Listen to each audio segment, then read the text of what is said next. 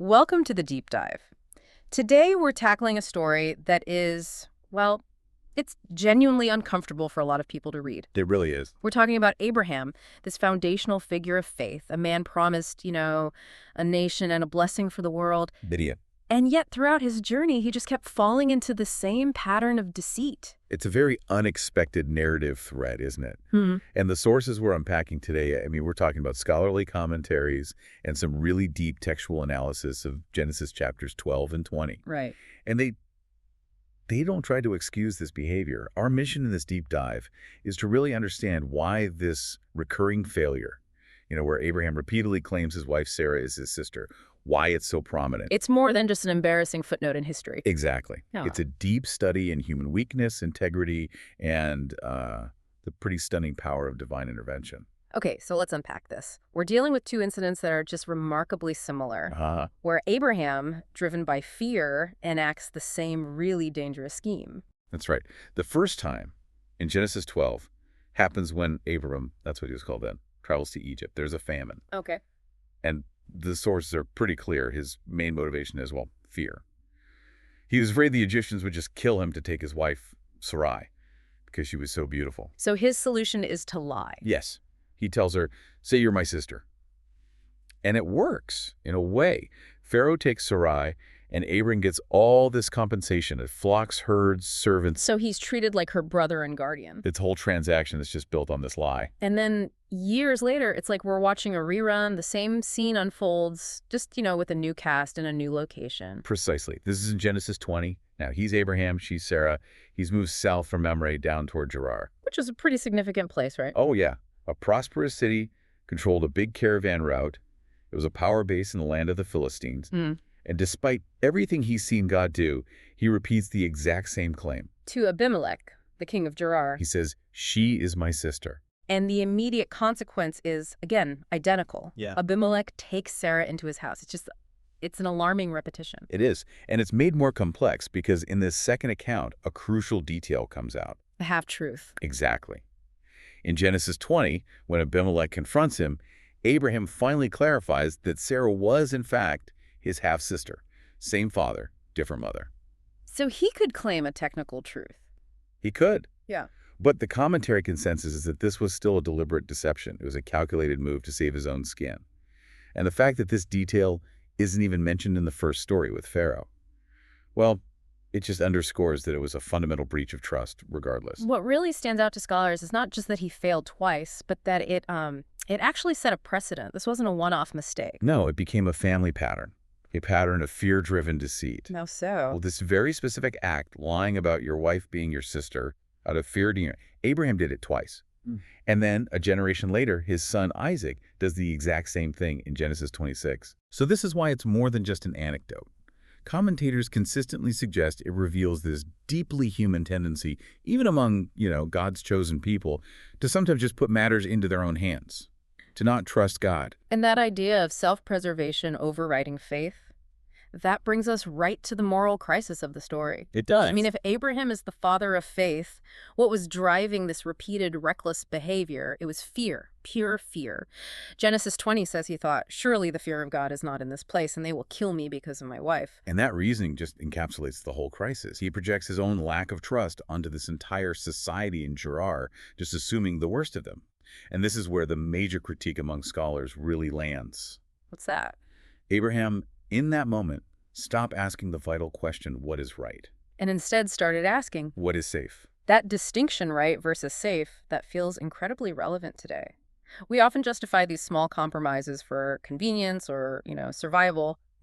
And when Abraham chose safe, the damage was huge. It resulted in three really profound negative consequences, according to the sources. It shows just how far that one self-serving decision can reach. Okay, let's look at the first one.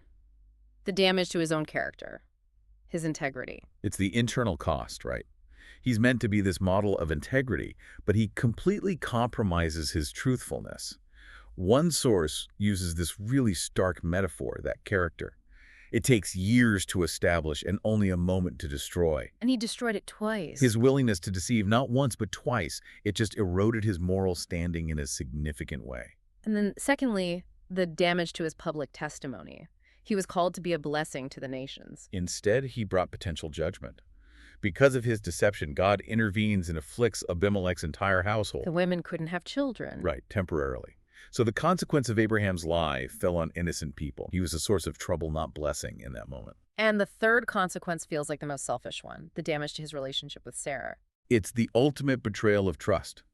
He willingly, knowingly, exposed his wife to being taken into another man's home. He put his own skin ahead of her safety, her sanctity.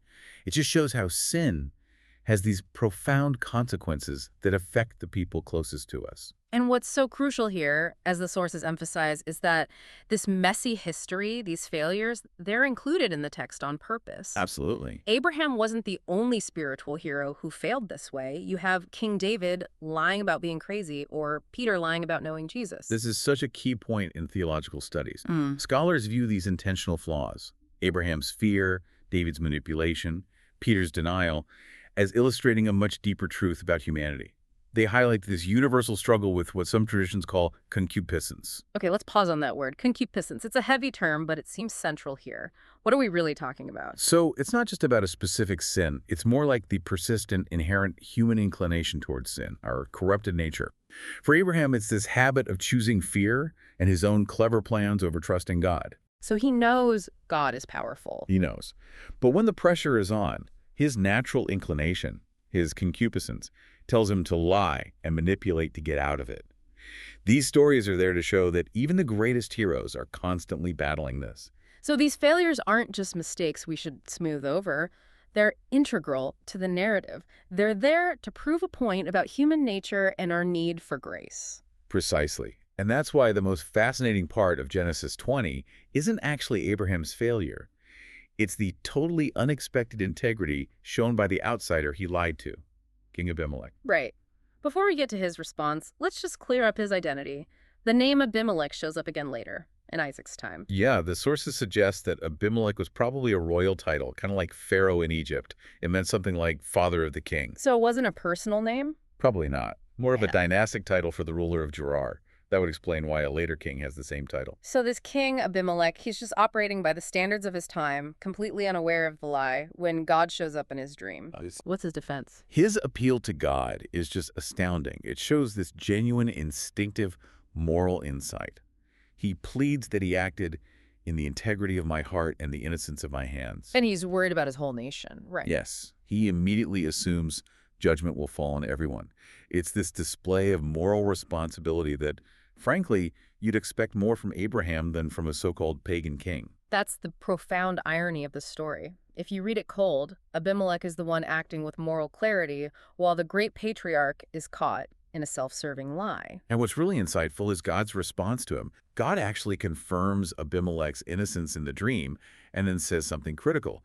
I also withheld thee from sinning against me. That completely changes the dynamic here. God wasn't just protecting Sarah, he was protecting Abimelech from sinning. Exactly. And that's where we get this powerful theological concept of common grace. Okay, so explain common grace in this specific context. Common grace is this idea that God exercises a kind of restraining influence and goodness even on people who don't acknowledge him. It's grace for all of humanity, not just for believers. Yeah. So here, God protected Abimelech from sinning by stopping him from touching Sarah. So he stops him from unknowingly committing adultery. Yes, it's this explicit example of God intervening to restrain a well-intentioned man from an action that would have been grievously sinful. And all because of Abraham's recklessness. So God's covenant with Abraham is being protected, but he's also actively looking out for the moral welfare of a non-believing king. It just dramatically highlights God's sovereignty over everything. Even a patriarch's bad choices can't derail the plan. Which brings us back to Abraham and this idea of a besetting sin. That term is so relevant here. A besetting sin isn't usually some big catastrophic failure. It's a persistent weakness, the one you continually struggle with in the, everyday worries and fears of life. It's like that piece of furniture you keep hitting your shin on. You know it's there, but you still trip over it. That's a perfect analogy. It's that familiar pattern of self-reliance, that old crutch. For Abraham, it was this deep-seated fear for his safety that just kept manifesting in these schemes instead of simple trust. He had these huge victories of faith. Huge victories, and yet he kept stubbing his toe on this one fear. This behavior also raises a big philosophical question, which the commentaries address. Was Abraham practicing some form of situational ethics? You can't avoid that question. Situational ethics says that morality is determined by the context, by the desired outcome. So if Abraham thought his life was in danger, did that justify the lie? And what's the counter-argument from the sources? It's very clear. The counter-argument is that morality is defined by God's unchangeable nature and command. It's absolute. So even though Abraham faced a real dilemma, a life-or-death situation, his action of lying was still wrong because it compromised that absolute standard of truth. The dilemma didn't negate the error. Okay, let's tie this all together. If Abraham's behavior was inexcusable, and yet God intervened to save everyone, what is the single biggest takeaway from Genesis 20? The consensus points to one core, really majestic idea: the sovereign plan of God.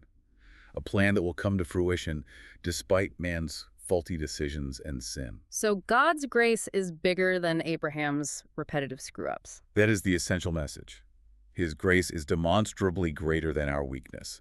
God protected Sarah and his covenant plan, even though Abraham's scheme was, let's be honest, unnecessary, illogical, and it didn't even work the 2 times he tried it. The outcome was achieved despite his cleverness, not because of it. Exactly. And it perfectly illustrates that balance between God's holiness and his grace.